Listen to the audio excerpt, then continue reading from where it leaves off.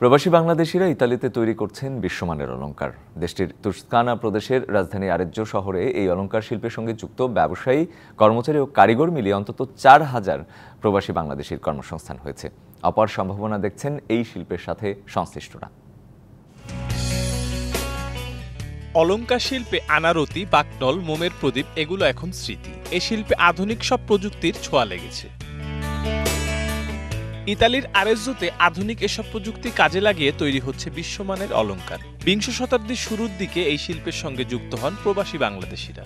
আমরা বিভিন্ন ব্যান্ডের কাজগুলো করে থাকি। সবাই হয়তো যাত্রাটুকু শুরু করছিল আর্জেন্তো বলতে রূপা দিয়ে। বর্তমানে এই শহরটিতে প্রায় ১০,০০০ বাংলাদেশির বসবাস, যার মধ্যে ৪,০০০ই এই শিল্পের সঙ্গে জড়িত। আমাদের ইটালিয়ানদের পরে আমরা বাঙালিরা এই ব্যবসাটা মোটামুটি আমরা যথেষ্ট গুছায় এই ব্যবসাটা আমরা ধরে রাখছি। ইতালিতে নিযুক্ত বাংলাদেশের রাষ্ট্রদূত মনিরুল ইসলাম সম্প্রতি আরেজ্জো শহরের বাংলাদেশি মালিকানাধীন কারখানা পরিদর্শন করেন। ভূয়সী প্রশংসা করেন বাংলাদেশিদের এই সফলতার। এখানকার এত নাম করা কতগুলি কোম্পানির মালিক বাংলাদেশি, not worker, they are the owner. এটাই আমার গর্বের বিষয় যে বাংলাদেশিরা এত ভালো করছে এখানে। বিশেষ করে জুয়েলারিতে তাদের নিজস্ব ফ্যাক্টরি, সেখানে কাজ করছে বাংলাদেশের শ্রমিকরা। শহরটিতে শতাধিক কারখানা রয়েছে বাংলাদেশি মালিকানাধীন। ওয়ালটন ফ্রিজ কিনে অনেকের মতো আপনিও হয়ে যেতে পারেন মিলেনিয়াল।